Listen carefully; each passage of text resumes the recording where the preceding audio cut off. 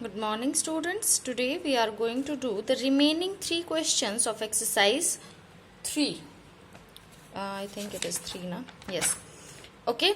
So अभी तक आपने फैक्टर्स निकालना सीख लिया होगा कि हम फैक्टर्स कैसे निकालते हैं। जो हमारे प्रीवियस 2 क्वेश्चंस थे उसमें मैंने आपको बताया था कि हम फैक्टर्स किस तरीके से निकालेंगे। ओके, यहाँ पे हमें 2-2 या 3-3 नंबर गिवन हैं, हमें उनके फैक्टर निकालने हैं और फिर उनमें से कॉमन फैक्टर ढूंढना है। जैसे हमने पिछली एक्सरसाइज में मल्टीपल निकाले थे और कॉमन मल्टीपल ढूंढा था।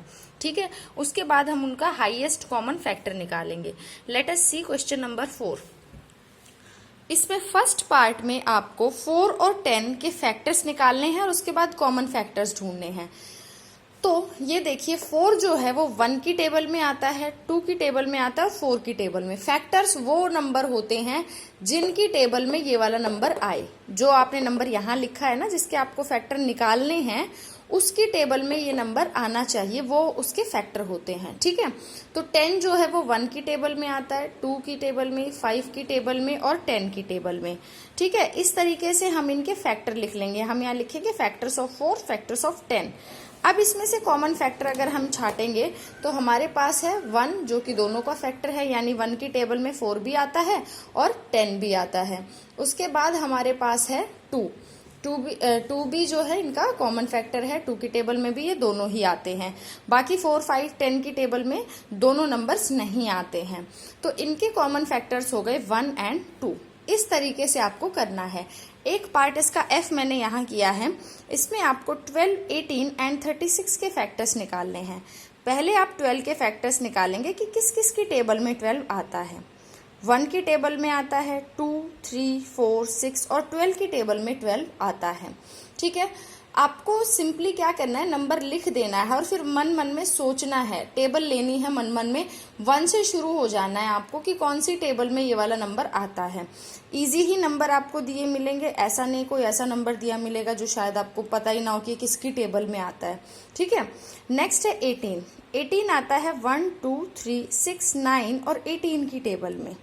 फिर है 36 आता है 1, 2, 3, 4, 6, 9, 12, 18 और 36 की टेबल में।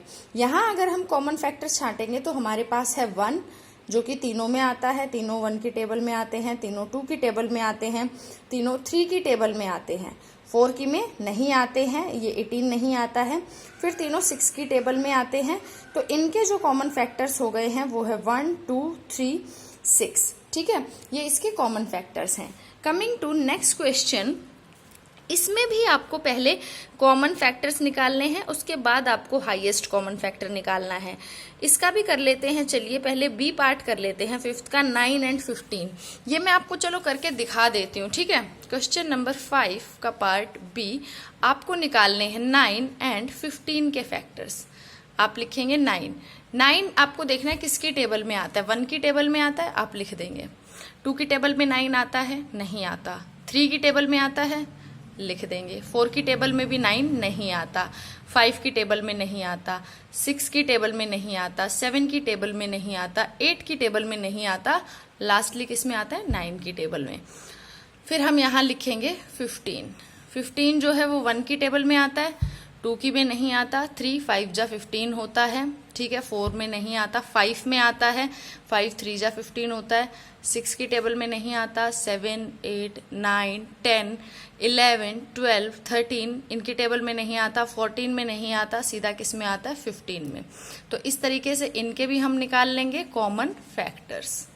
ठीक है, इन दोनों नंबर्स का हमारे पास कॉमन फैक्टर्स क्या आएंगे, एक तो है हमारे पास 1, दूसरा है हमारे पास 3, 1 और 3। अब इसने हमसे पूछा है हाईएस्ट कॉमन फैक्टर। हाईएस्ट माने सबसे बड़ा, हाईएस्ट कॉमन फैक्टर। सबसे बड़ा कॉमन फैक्टर इसका क्या है, 3।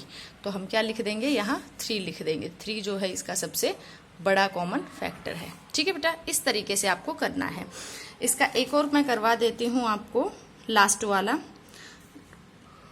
कौन सा भी करवा लें आप। चलिए ये करते हैं 5th F वाला, 25, 45 एंड 50।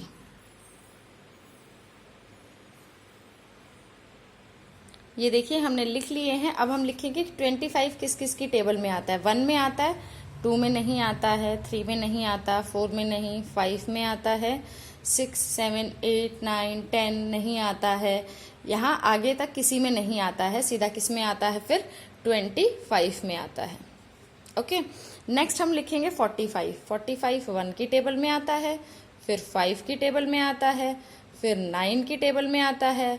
अब आप मुझे देखिए, ये 9 की टेबल में है तो ये 3 की टेबल में भी आता होगा। क्यों? क्योंकि 15 3 जा 45। जब आपको कोई बड़े नंबर का ऐसे पता ना चले ना, तो आप डिविजिबिलिटी रूल लगा के देख सकते हैं। लेकिन प्रॉब्लम ये है कि डिविजिबिलिटी रूल आपकी इस एक्सरसाइज के बाद हैं, शायद इससे भी आगे हैं।